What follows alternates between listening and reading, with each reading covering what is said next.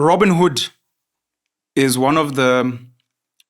maybe one of the links that some people have tied to ex-President Jacob Zuma, but he's not the only one.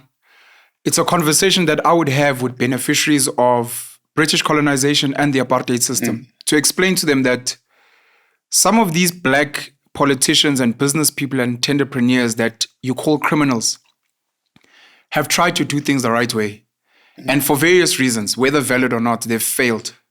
And they've felt like the only way to compete is to do what was done before. You guys built your wealth of crime. For us to be able to compete fairly, because you guys have made it unfair, we also have to commit crime. I don't own yellow goods. I don't have 100 million in funding. I don't have 30 years of experience. I'm a first generation.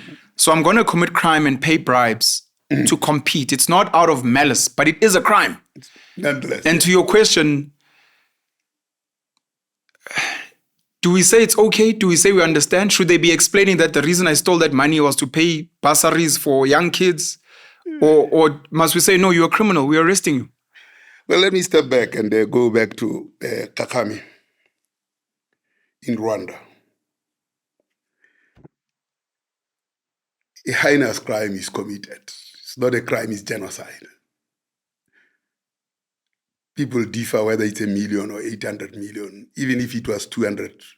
800,000. Sorry, 800,000 or 1 million, okay. Yes, 1 million. Even if it was 200,000, at that speed of a month to have actually immobilized, killed 200,000, it would have still been a big number. That is unacceptable. So Kagame comes in.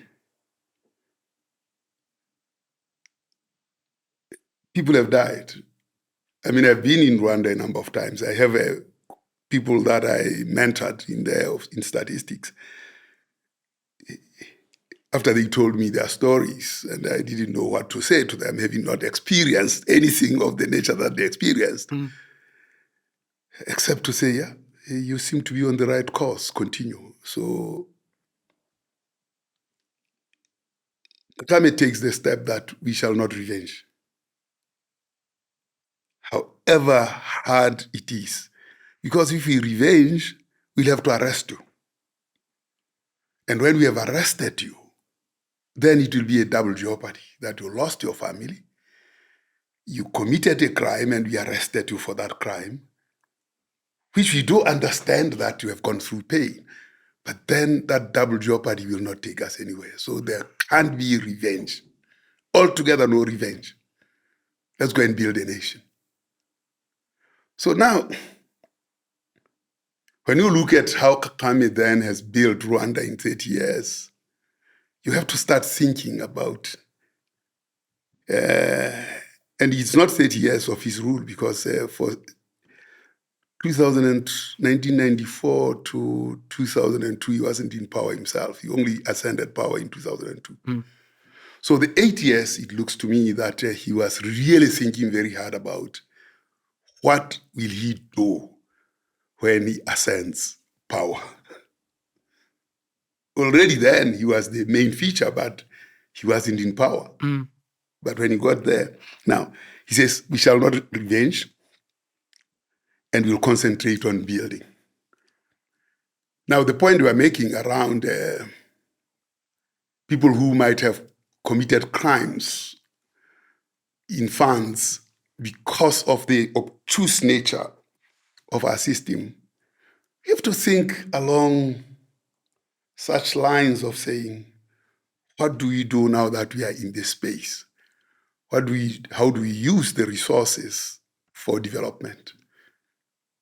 The resources that are there. It's one of the things that we have to think very hard about. But it requires, a level of level-headedness, a level of compassion, a level of, understanding that is necessary, confession and rehabilitation of sorts, so that we can move forward. Because it's very difficult to continue with proceeds of crime that are flushed rapaciously around society and deepening the crisis. That, I think, is the problem that we are having. And if I have to think about Morana Mohlomi, of Ngodilwe, who, was born in the 18th century, he is the person who taught Moshoeshoe, Morana Mohlomi. Moshoeshoe is the founding king of the Basotho nation. And if you have to look at the history of Moshoeshoe, by the time he was 20-something, he had killed 5 people. Killed them in stick fight and everything.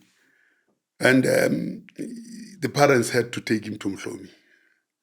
And said, and Mohlomi asked him, what are you looking for, young man? He said, I want to know the medicine of power. And when Mohlomi said, power doesn't have medicine.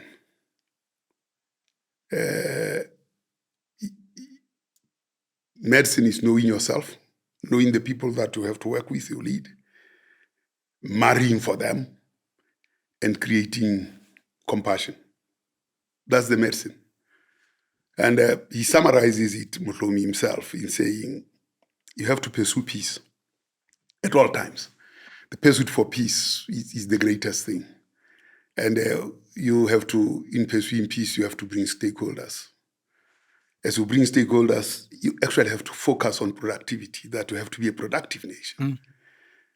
And in that way, pursue intergenerational value through integrated reporting. Now, when you take those principles, they create transformational leadership. And Mohlomi says a responsible leader pursues peace, brings stakeholders to bear, builds productivity, creates intergenerational value through integrated reporting. That's a transformational leader. Now, we as Africans, and those who are in South Africa today, is that not a mirror that we have to put before ourselves, both as the populace, as the electorate, as leadership and everything, in front of everyone? And that's the question, are we responsible leadership? And I think the theme today is, does South Africa has the prospect of creating intergenerational value?